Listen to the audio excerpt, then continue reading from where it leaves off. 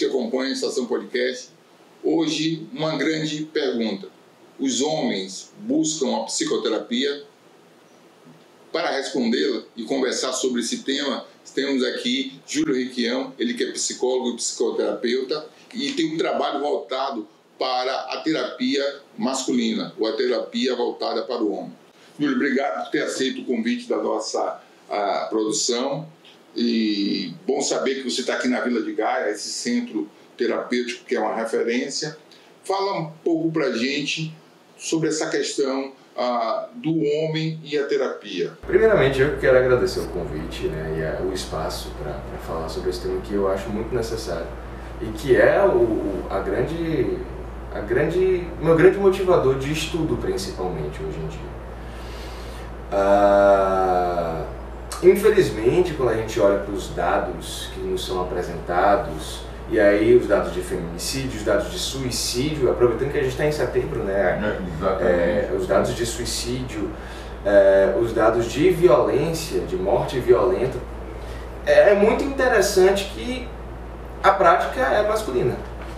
O homem mata mais a mulher, o homem se mata mais, o homem mata mais outro homem, o homem lida mais com questões de ansiedade e depressão. Ou seja, um homem é um ser violento. Eu não diria isso. Não? Não, eu não diria isso. O que você diria? Eu diria que o homem é um ser com muitas emoções e muito histórico reprimido. Interessante. Contido.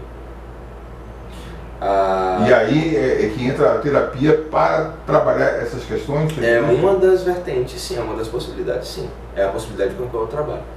Maravilha. Juliano, a gente vai adentrar mais nesse assunto daqui a pouco. Antes eu queria, porque a gente tem uma prática de conhecer as pessoas que a gente convida. Queria que você falasse um pouco de você, né? Onde você nasceu, sim, quantos irmãos você tem, estudou aonde, fala um pouco da infância, da juventude, né? E como é que você descobriu e adentrou nesse mundo terapêutico, da psicologia, da psicoterapia. Massa. Eu sou daqui de Salvador mesmo, né? Nasci aqui, tenho 30 anos, nasci em 92, ou seja, do milênio do século passado. Cara, eu cresci com muitas mulheres ao meu redor. Eu não conheci meu pai, na verdade, até 2 anos atrás. Só que eu conheci meu pai 2 anos atrás, isso. Eu sinto, olhando em retrospecto, eu sinto que isso tem uma importância muito. Eu acho que não tem como não ter. Na minha trajetória. Perfeito. Só que assim... Mas vamos lá, você disse que cresceu num ambiente muito feminino. Sim. Por quê? Você, sua mãe, irmãs... Fala aí pra gente. Eu, minha mãe, minha avó... Não morávamos na mesma casa. Eu morava com minha mãe, mas eu passava muito tempo na casa dos meus avós. Certo.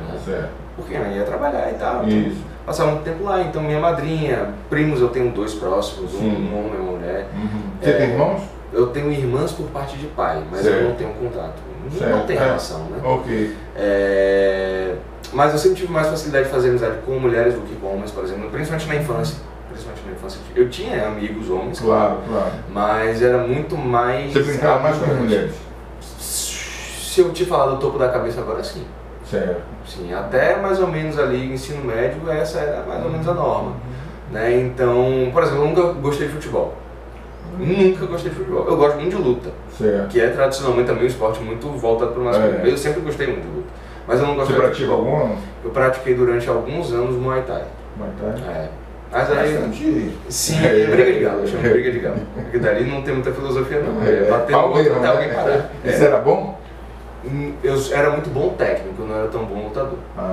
Então eu sempre tive uma técnica muito boa. Mas na hora da luta eu ficava um pouco afobado. Menino novo, sem muita prática. Mas a gente aprende como dar murro na cara e levar. Tá tudo certo. Você estudou onde? Eu estudei no primário, ginásio? No primário eu estudei na Experimental, que é uma escola que fica na Vila Laura. Você era lá na Vila Laura? Sim, da região. Luiz Anselmo, Matatu, essa região. Brotas é uma cidade. Brotas isso. É quase um reino, né? Com vários... É um feudo ali, feudo. Latifúndio, que tamanho. Então eu estudei lá na Experimental até a 4ª série. Depois... É uma escola que tinha uma proposta pedagógica muito interessante. Construtivista. Sim. Eu falava muito dela. Bem diferente, a gente não tinha nota. Não tinha conceito de nota, só fui entender o que era nota quando eu fui pro ISBA na 5ª série. Né? Assim, até lá o método de avaliação era comportamental, não era métrico de nota. Ah, você tirou 10 na prova, não tinha prova, eu não fazia prova. Até porque prova não prova nada, né? Prova não prova absolutamente nada, eu descobri isso quando eu comecei a falar. Eu, na minha prática de sala de aula enquanto professor, eu dizia, pessoal, prepara aí, amanhã vai ter prova, prepara a pesca, todo mundo vai ter direito à pesca. Os alunos passavam a noite todos fazendo a pesca. Aí chegava na hora da prova, coloca a pesca aí em cima da carteira, que está liberada. Aí o pessoal, daqui a pouco eu vou recolher as pescas. Professor, fique calmo, vou recolher as pescas. Recolhi as pescas, agora entregava a prova, faça uma prova. Sim. Ah, mas tá fácil. Não existe prova fácil ou prova difícil. Você se preparou para isso. Então, perfeito. Eu acho que a experimental ela tinha muito dessa coisa de sair do convencional, né? Sim, muito. E eu via isso com meus amigos, né, que estudavam em escolas mais tradicionais, estudavam no Salgueira, Salesiana, essas escolas assim. E aí eles ficavam me zoando, tipo, porque você não tem prova, todo mundo lá é burrão. Eu falei, rapaz, não. E isso era muito interessante na forma de perceber as coisas, né? E, assim, de dialogar, de ler, por exemplo, até hoje, a minha forma de estudar é muito por vontade, não por demanda. Então assim, você tem que estudar tal coisa. Tá, mas eu não quero, eu quero estudar tal coisa, então eu vou estudar tal coisa, porque isso daqui me interessa, isso me diverte aprender. Se aquilo dali é necessário é outra coisa, eu preciso ler aquilo, beleza, então eu vou lá, vou estudar. Agora, o que me estimula, e aí a gente retorna para essa questão do público masculino, porque desde o colégio eu observo algumas coisas, desde o ISBA. Certo. É isso que eu queria saber. Como é que foi essa transição? Você saiu da experimental e ir para o ISBA, que é altamente confessional? É confessional? Era mais ou menos, infelizmente acabou. Né? Mas era. E era tradicional, era uma escola. Veja, eu não senti tanto impacto pedagógico, você acredita? Porque a experimental fez um excelente trabalho de preparação. Isso que você falou com os alunos, entendeu? Sim. Então assim, no final da quarta... Na hora de fazer a primeira prova, não deu caruara, não? Não, porque na experimental a gente começou a treinar. Sim. Entendeu? No final da quarta série ali, vocês podem sair daqui, então vamos preparar para esse mundo. Na época era só até a quarta série, então a gente ia sair. Era inevitável. Necessariamente. Aí ele faz um trabalho de preparação. Então aí foi muito natural, assim... Antes na experimental, durante a vida educacional toda, a gente sentava sempre em grupos de mesas, né? Sempre, nunca era fileira, sempre eram grupos de mesa. Grupo de trabalho, né? Grupo de trabalho, sempre. E aí, mais pro final do ano, aí eu organizava mais em fileira, agora vocês vão fazer uma atividade e tal, não sei o que, perere, parará. E aí tinha uma simulação de nota, mas não era exatamente nota, né? Não havia uma pontuação tradicional naquilo. Então, a mudança pedagógica... Não é brusca porque eles fizeram a transição. Não me deu muito impacto não, sendo muito franco com você. Tanto que cheguei no ISBA e tive boas notas, muito boas notas, até decidi ser vagabundo. Foi mais ou menos ali. Comecei a falar assim, o quê? O quê? Com que idade? De 14 anos. 7ª série. Eu estudava de tarde, eu mudei pra manhã, decidi, agora eu vou ser vagabundo, vou tirar 0. Foi uma decisão consciente mesmo. E aí, cara, psicologia, eu falei, olha, eu tô com 18 anos, tô novo. Se eu não gostar, eu posso sair e fazer de novo, né? Então, outra coisa, né? E aí eu arrisquei, passei na UFB, na Baiana, só que na UFB eu passei, acho que foi na 2ª, foi a 3ª lista, porque eu também fiz uma promessa comigo de não estudar para vestibular nenhum, eu vou fazer zerado. Na cara e na coragem, Filei os 2 últimos meses de aula. Você não é um revolucionário, né? Não estava afim de testar coisas diferentes. Porque confusões de colégio, mas enfim. Eu falei, eu vou passar na UFBA sem estudar para dar na cara desses nerds tudo aí. E aí eu resolvi fazer isso. Passei. Só que como eu já estava no meio do semestre da Bahia, eu estava gostando muito do programa e tinha gostado das pessoas e tal. Falei, estava envolvido lá. Cheguei e conversei com o meu Tinha bullying lá não, né? Não. Lá eu mudei totalmente a minha forma de ser. A postura, né? Foi uma mudança muito consciente. Falei, eu posso repetir tudo que eu vivi. Eu não fazia psicoterapia, né? Mas eu cheguei na Baiana e pensei... Vou virar chave. Eu falei, velho, eu posso ser uma pessoa completamente diferente aqui. Eu não tenho o mínimo compromisso de sustentar a pessoa que eu era no colégio. Eu era meio antissocial, não vou dizer que eu tinha poucos amigos, não. No 3º ano eu fiz muitos amigos, inclusive muitos amigos homens, que eu não tinha muito ao longo dos outros anos. Mas eu falei, velho, eu vou ser diferente. Então eu passei a organizar todas as caloradas de 2013 até 2015, até o segundo semestre de 2015 foi eu que organizei. Eu era comissão de recepção de calouro. Eu fui do CA durante 2 anos seguidos. Eu criei no centro acadêmico, né? Centro acadêmico. Antes era DA, né? É DA, diretório, agora porque eu sou mais velho, na minha época era DA. Na minha época também era DA. No meio do negócio mudou para CA. Enfim. Eu ajudei a constituir um projeto que ainda existe lá na Baiana, chamado Agosto das Artes, que é, durante o mês de agosto, várias atividades culturais, leva banda e tem uma oficina de artes. Que maravilha. Super sugestivo o nome, né? É um trocadilho de tio fenomenal. Agosto das Artes. Pegou. Né? Tanto pegou que continua existindo. Então, assim, uma pessoa muito mais participativa, muito mais propositiva. Fundei 2 ligas acadêmicas lá na Baiana, uma de análise do comportamento, que eu não atuo desde o estágio, mas durante 4 dos 5 anos de formação eu estudei muito análise do comportamento. E outra, uma liga de redução de danos também, que eu não pude concluir a abertura, ou seja, o documento formal não está com o meu nome porque eu me formei, né? Mas quem fez toda a mobilização, quem chamou o pessoal, tudo fui eu. Então, existe uma pessoa muito mais propositiva. Sem falar dos reggae, né? Essa parte Começou pra reggae. Não, eu organizava os reggae. Eu fui lá pra aula para comprar cerveja, meu carro era uma grande Kombi. Né? Tinha caixa de cerveja. Você adorava a aula, né? Lá na sua cara, né? Adorava. Nossa, isso lhe prejudicou de alguma forma ou lhe deu autonomia? Me deu autonomia. Eu também acho que não. Que você se coloca, você se desafia, né? Sim, e assim, eu nunca fui irresponsável. Nunca fui irresponsável. Então, assim... Você perdeu de ano? Não, nunca. Nunca perdi de ano, nunca perdi matéria. Nunca perdeu de ano? Nunca. Mesmo tomando aula de dominó quase toda semana no pátio. Como é a aula de dominó? Você sai da aula formal, vai pra aula de dominó, vai jogar dominó com seus amigos. Sério isso? Sério. Maravilha.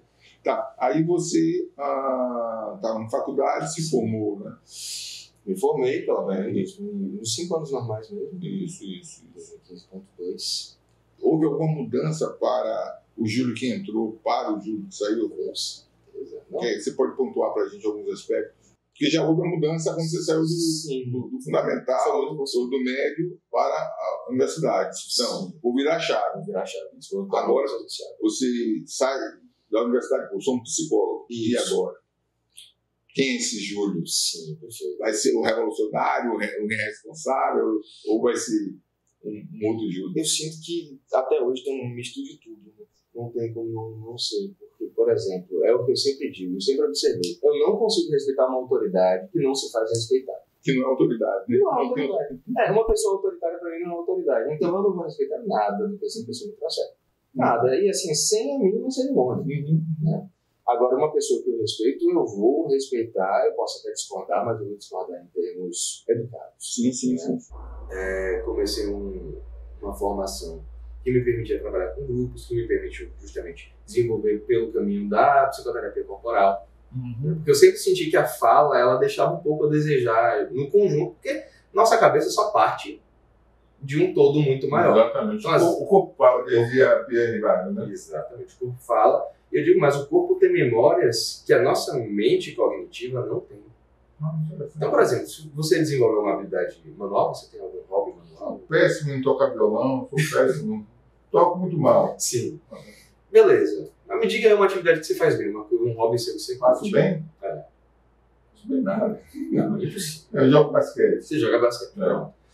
Você raciocina o que você tem que fazer durante o jogo de basquete? Às vezes a coisa não é no automático. Às vezes é no automático. Seu corpo sabe como fazer sem que sua mente precise processar. Agora eu vou pisar com o pé direito, depois o pé esquerdo, e agora eu vou arrumar, vou angular a minha mão aqui. Não, seu corpo faz isso. Na automação já. O seu corpo tem uma memória, o seu corpo tem um funcionamento, ele tem um entendimento que é independente do motor cognitivo, que é independente da fala. Talvez você nem consiga me explicar exatamente como você faz uma cesta, como você dá um drible ou algo desse tipo. Mas o seu corpo sabe. Sim. Você só vai conseguir me descrever se você atentar para ele e tentar descrever o que você está fazendo. E talvez nesse momento o seu corpo não consiga fazer porque você está colocando um processo diferente. Perfeito. Ele trava, né? Trava.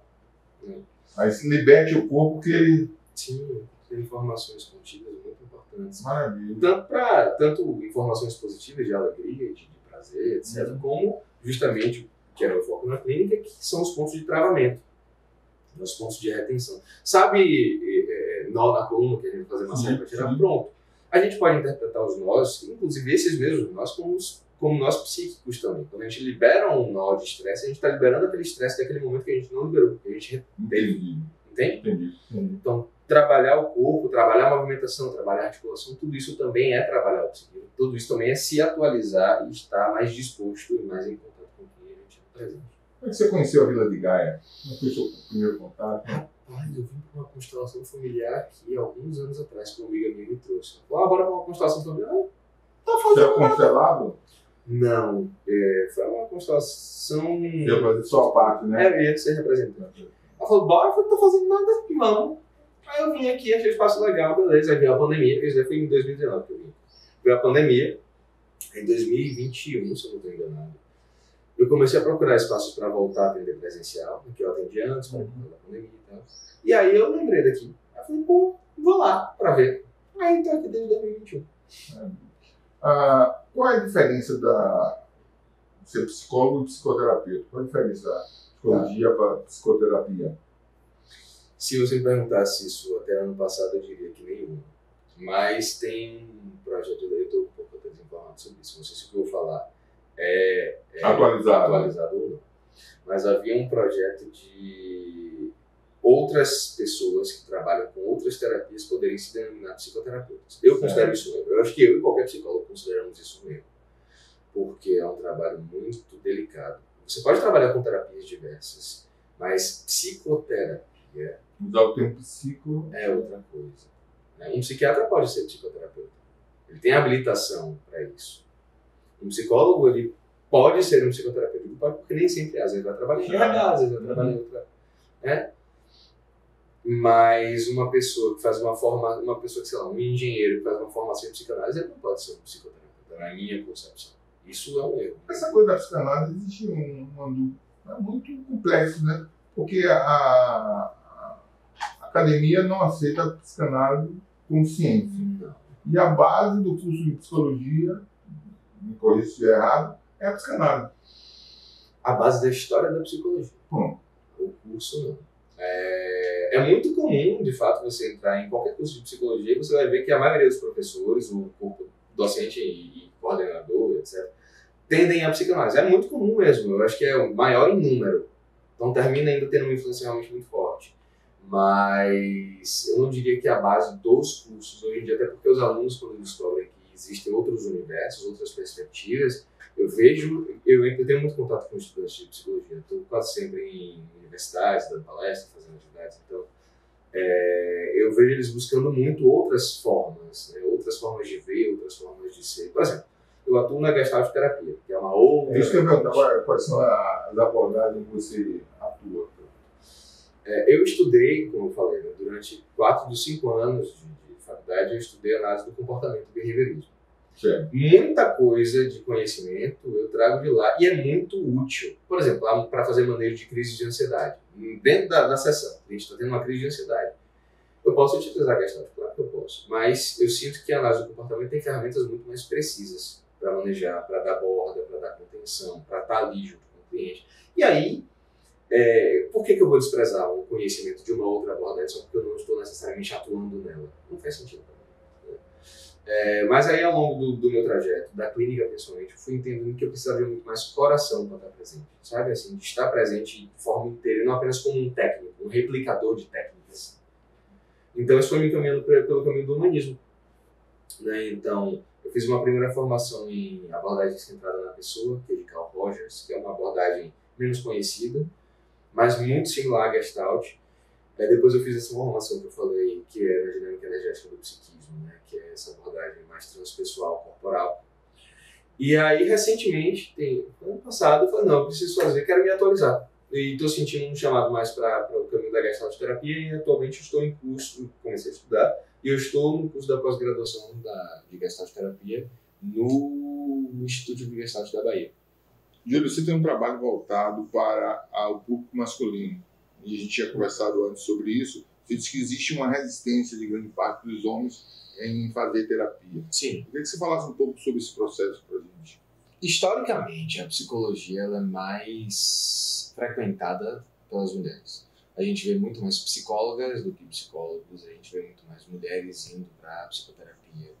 do que os homens, e isso se dá até por um fator histórico mesmo. Se a gente pega a psicanálise, que não é a minha área de atuação, como eu falei, mas a história da psicanálise, a esmagadora maioria dos casos é com mulheres. E aqui no Brasil, se a gente olha até para, por exemplo, novelas, né? Novelas, séries de TV mais antigas, você vê que as mulheres vão para o psicanalista ou vão para a terapia. Os homens vão para o baba.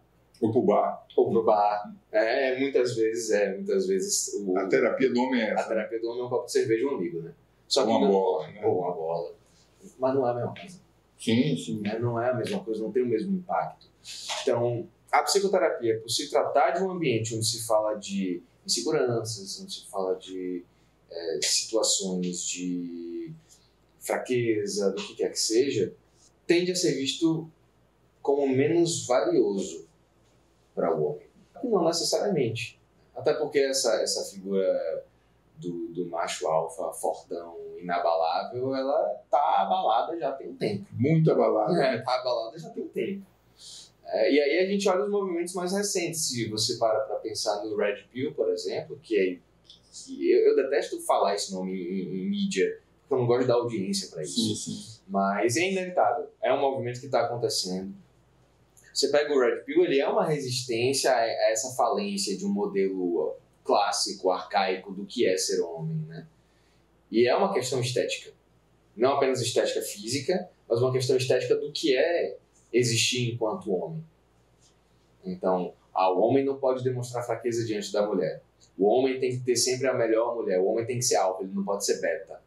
O que é um homem beta? É um homem que baixa a cabeça e a mulher fala, bota o lixo lá fora. Ele vai lá e bota o lixo do lado de fora, falando, sim, meu amor. Então eu sou beta. Entendi. Isso, eu não sinto que isso é lixo lá fora, sim. Tô precisando botar o lixo lá fora, pois é. Não vejo problema nenhum. O macho alfa vai falar, bota o lixo, bota você. Hoje você. Eu não, você cuide da casa. Se eu chegar em casa, vai lá e já recebo logo. Pois é. Né? Então, eu sinto que existem movimentos, não apenas esse, mas existem outros movimentos, e é uma área que eu tenho me debruçado para estudar, para ler, e assim, precisa ter uma roupa, sabe aquela roupa de isolamento, aquela roupa hazmat, isolamento nuclear? Sim. Precisa ter um negócio daquele para transitar nisso. Porque é um chorume, meu amigo, que Deus benza, viu? Mas é muito interessante ouvir e perceber as nuances e de onde isso vem. Isso vem de uma falta de modelos funcionais, isso vem de uma falta de exploração emocional. Isso vem de uma frustração muito grande. Eu não posso mais ser o John Wayne, eu não posso mais ser o Batman, eu não posso mais ser o Antônio Fagundes dos anos 80. Bino, sabe? Sim. Pedro e Bino, não dá mais pra ser o caminhoneiro que pega a arma tudo. As demandas para o homem hoje estão diferentes. Ou seja, a sociedade, ela mudou. Sim. Né? Os conceitos estão mudando, os comportamentos estão mudando, os valores estão mudando. Sim. Você acha que o homem, ou parte dos homens estão tendo resistência a essa mudança? Acredito que sim. E até, eu diria, muito mais homens me parecem ter resistência do que apenas aqueles que entram em movimentos como esse que eu falei, ou aqueles que permanecem machistões e etc.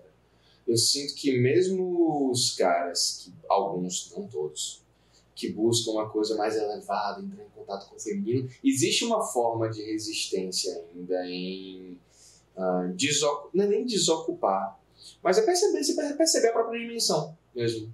Porque eu sinto que nós, e aí eu te incluo os que estão aqui, nós temos um desejo de devorar os espaços. Devorar os espaços. Ocupar e devorar, tornar nossos. Eu digo isso aí em relação a mim mesmo. Perfeito. Eu não sou imune a isso, não. Eu gosto. Acredito que nós somos criados para gostar disso. E acredito que isso também é um elemento saudável que a gente não pode deixar de fora. A questão é, qual a dimensão disso exatamente? Porque eu não posso diminuir meu poder total em função do outro, senão eu também não estou vivendo minha vida e isso gera uma inversão. Certo. Me fala o seguinte, na sua prática, né, esse modelo de terapia voltada para o homem, né, como é que está sendo isso objetivamente? Como é que está sendo isso? Quais são as ferramentas que vocês têm usado? Qual é a receptividade do homem? Ele está sendo receptivo, está vindo ou não? Está tendo resistência? Qual é a sua análise sobre isso? interessante você falar sobre isso, que mais cedo esse ano, como eu tinha te comentado, né, eu lancei um projeto que já era um projeto que eu tinha muita vontade de lançar. Eu tinha também um pouco de medo de lançar, porque eu não via um terreno muito fértil, não, mas eu resolvi dar a cara a tapa, né? Que é lançar um grupo de psicoterapia para homens, um grupo psicoterapêutico voltado para homens, um grupo de no máximo 5 participantes, aconteceria até aqui no Vila de Gaia mesmo, justamente para tratar, não necessariamente de questões, eu sou machista, não, mas assim, tipo, beleza, traumas, dificuldades de relacionamento, dificuldades no trabalho, enfim, trabalhar em grupo, porque historicamente o homem se trabalha em grupo no bar, na academia, enfim, o que quer que seja, né? Mas trabalhar em grupo num nível mais profundo, trazendo a dinâmica da psicoterapia coletiva, né? E foi muito interessante porque amigas desses homens me procuraram, mulheres desses homens me procuraram, namoradas, mães, amantes, filhas. E homem nada. Eu vou contar aqui numa mão, 3 homens me procuraram. Nem completou a mão, né? Não, nem completou a mão. Se completasse e tivesse inscrito, o grupo estava em andamento, mas ele não aconteceu justamente porque os homens chegaram. Como é que é esse grupo? Como é que funciona esse grupo? Qual é o objetivo do grupo? O objetivo do grupo é trazer os homens para um contato mais profundo consigo mesmo. Desenvolver habilidades adormecidas, desenvolver potencialidades, como eu posso dizer, anestesiadas pela cultura do que é ser um homem no Brasil, da Bahia principalmente, que é também essa cultura de nada, vou lá, eu faço, não sei o que, eu aconteço, e você cala sua boca e tal. Sabe, assim, beleza, por trás disso, o que é? Eu lembrei agora de um relato de um homem que eu ouvi uma vez, que é o seguinte: ele chegou falando que ele estava ali porque o relacionamento dele tinha terminado de forma abrupta, porque já um homem de 40 e poucos anos, 45 para cima, não lembro agora a idade exata dele, não, mas que a mulher dele vivia falando que ele devia ser mais sensível, que ele devia ser mais simples, singelo e tal, não sei o que. Ele tinha começado a fazer um processo de psicoterapia e tinha começado a trabalhar algumas questões. Ele estava nesse processo de, como posso dizer, de entrar mais em contato mesmo com um lado mais sensível. E aí, num dado momento, ele chega para essa mulher para conversar e ele fala: nossa, porque eu estou me sentindo muito triste com o meu trabalho. Isso gerou uma espiral na relação deles que culminou nela dizendo: eu quero um homem, não quero um frouxo, não. Aí fala: pô, mano, não foi você que me falou para buscar a psicoterapia, que eu estava muito grosso? Ela: mas eu queria outra coisa. Então, é interessante a gente descentralizar essa ideia, e talvez eu seja chacinado por isso, mas eu francamente não me importo, porque o que é verdade precisa ser dito. Precisa ser dito. Ainda que seja a sua verdade. Né? Sim, perfeito. É uma verdade observável, e mais pessoas do que eu pensam isso. Nem todas vão à frente para falar, mas eu francamente não me importo. Você se coloca nesse lugar e tem coragem. Parabéns. Um sistema, seja ele qual for, não se sustenta apenas por uma parte. O sistema se sustenta pelo todo. Então, se são os homens que são um problema, o que leva os homens a serem um problema? São os outros homens ou é a conjuntura total? Uma vez, conversando com uma facilitadora de grupos e tal, ela trouxe uma questão, que a gente está discutindo justamente esse tema, e ela trouxe uma questão. Vamos lá, a gente está falando de ausência parental, ou seja, de homens que fazem os filhos ou são pais ausentes, mesmo presentes, né, passam mais tempo fora de casa, são indisponíveis emocionalmente e tal. E a gente está falando de meninos que crescem para se tornar homens similares a isso. Então, homens agressivos, homens indisponíveis, homens isso, homens aquilo. Só que, se esses pais são indisponíveis, quem é que cria esses meninos? São as mães, são as avós, são os avós, são as tias? Quem é? Se são essas mulheres, qual o papel também essas mulheres têm na reprodução desse sistema que elas vivem, que elas podem não gostar? Provavelmente não gostam. Então, o sistema não é construído apenas... O machismo não é construído apenas a partir do homem. Isso é uma perspectiva muito reducionista. A gente não se relaciona só entre homens. Não existe um grande... Pelo menos que eu saiba, pode ser que existam os Illuminati, eu não sei, não acredito em teoria da conspiração, mas pode ser que exista um grande conglomerado de homens que estão assim: não, agora nós vamos oprimir, sabe? Eu não vejo isso acontecendo. Exceto em alguns grupos, como eu falei. Algumas vertentes do Red Pill têm essa característica. Você não entende que, na verdade, é um conteúdo cultural que tanto o homem quanto a mulher estão suscetíveis a ele? Por isso você tem um machismo praticado pelo homem, mas tem um machismo praticado, sustentado pela mulher. Sim, é evidente. É exatamente esse o ponto, né? E o que é que você propõe com essa metodologia que vocês estão desenvolvendo? Para mim, tudo parte da autorreflexão. E mais do que autorreflexão, autoconsciência. É o que eu comentei com você antes da gente começar a filmar, né? Vamos pegar o caso extremo. Um cara que bate na mulher. Ele cresceu vendo o pai dele bater na mãe, ele não necessariamente gosta disso. Quando ele cresce, por qualquer fenômeno que seja, ele se vê tentado a ou repetindo efetivamente esse mesmo comportamento. Com uma namorada, com uma amiga, com uma esposa, enfim, uma filha. Ele vai lá e bate. Dentro de um tempo ele pensa, porra, bater é errado. Bater é errado, regra, bater é errado. Mas lá dentro dele existe algo que estimula que o primeiro impulso dele diante de uma contrariedade frente a uma mulher seja meter a mão na cara. Tá, você vai fazer minha vontade, não? Tá. Ou mesmo que ele não faça na mulher, ainda assim que vem. É tipo... O meu interesse está nisso. Exatamente. Não na ação. Não na ação. Porque se ele fala, bater em mulher é errado, mas ele está aqui querendo meter a mão na cara, não mudou nada. Não mudou nada. O impulso está lá e isso vai sair de alguma forma. E esse é o seu foco de estudo. Esse é o meu interesse. Essa vontade que existe de agredir. De agredir, nesse caso mais extremo. Mas existem outras coisas, né? De tratar toda mulher como, me perdoe a palavra, mas puta. Ou, enfim, nenhuma mulher merece confiança. Isso é muito comum. A quantidade de vezes que eu escuto isso, meu Deus do céu. Mulher não é digna de confiança, porque mulher vai te dar corno, porque mulher só gosta de dinheiro e tal. Não adianta você mudar uma regra falada. Palavra é vento. Então o interessante para mim é trabalhar a crença que embasa o comportamento e a vontade, porque nem o comportamento explícito, sabe? Então eu posso, vamos supor que você é uma mulher e você me contraria, eu posso não meter a mão na sua cara. Mas se eu tenho a vontade de meter a mão na sua cara... Isso precisa ser estudado. Isso precisa ser trabalhado. De onde é que vem isso? Por que eu sinto isso? O que me leva a querer fazer isso? Qual o prazer? Porque se eu quero fazer, é porque eu tenho prazer. Sim. Qual o prazer que eu sinto nisso? O que isso afirma para mim? Então, na sua terapia, você leva o homem a esse tipo de reflexão. Quando ele se dispõe a isso. A dificuldade é o homem se dispor, hoje em dia. Os que já estão em terapia comigo, não. Certo. Quando isso chega a ser um ponto, a gente trabalha isso sim. Porque tem uma grande dimensão, né? O correto e o bom. Inclusive, saindo do campo da psicologia, um livro muito bom para compreender e estudar isso é A Alma Imoral, de Newton Bonder, que é uma peça de teatro também fenomenal. Existe uma dissociação entre o que é correto e bom. A gente tende a aparelhar os dois. Nem sempre o que é correto vai ser bom para o indivíduo. E o que é bom, eu digo, não necessariamente que é bom numa medida ampla, social, mas assim, o que é prazeroso. Né? Então... Por exemplo, o cara quer bater na cara da mulher. Eu vou permanecer nesse exemplo, porque ele é simples, todo mundo entende e eu acho que ele é bem direto. O cara quer meter a mão na cara da mulher por algum desagrado. Meter a mão na cara da mulher, para ele, tem algo de bom. Tem algo de positivo, algo de prazeroso, algo de interessante nisso.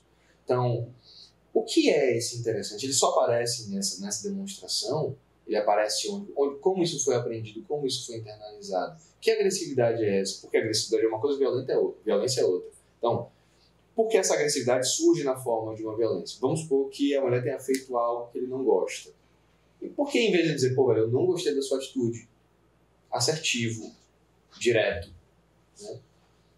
Por que o prazer se reverte para um tipo, vem cá! Então, quando o homem se dispõe a chegar nesse lugar, porque a psicoterapia só pode acontecer quando a pessoa se dispõe, eu não levo ninguém a lugar nenhum, eu vou com a pessoa nos lugares que ela quer e precisa ir. Quando a pessoa se dispõe a trabalhar isso, eu estou com ela. E a gente faz isso. E você tem obtido resultados exitosos? Sim, modéstia à parte, sim. E você sabe o que me despertou para isso? Um caso que eu atendi quando eu era estagiário. Um cara que ele mesmo foi buscar psicoterapia, isso daí na época no ambulatório da Baiana, no serviço de psicologia da Baiana.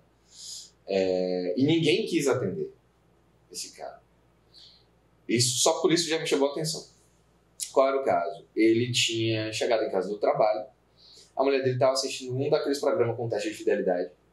Ele ficou com ciúme e quebrou a mulher no pau. Mas não foi só a mulher, ele quebrou a mulher e o filho no pau. E o filho também? O filho também. Vai de tudo. O filho foi defender a mãe. Você vai também. E aí quando ele se arrependeu e procurou.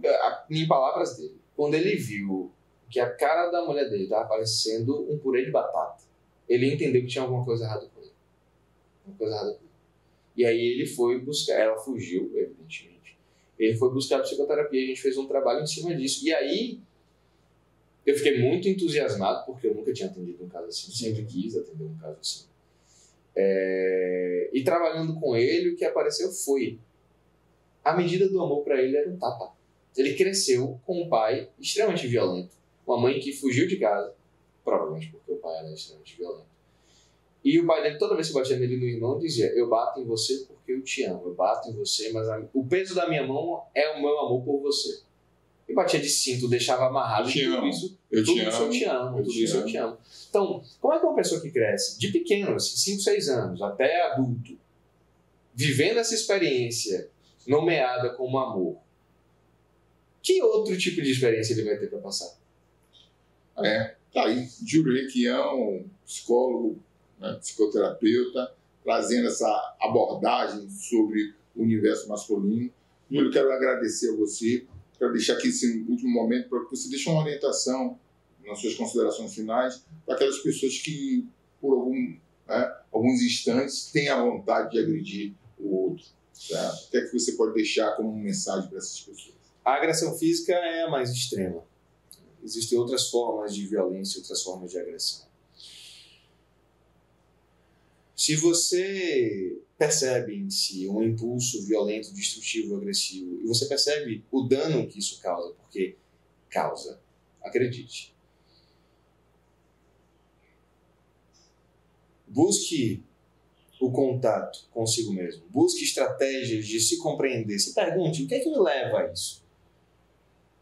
O que é que de bom eu tiro disso? Que coisa boa isso traz para a minha vida? Não como medida de julgamento, eu sei que é muito difícil, a gente se julga o tempo todo, mas com uma pergunta objetiva, como a gente faz com uma decisão de negócios, por exemplo. A ponderação e a autoconsciência sempre vão nos levar, sempre, eu digo isso categoricamente, sempre vão nos levar a lugares melhores dentro da gente.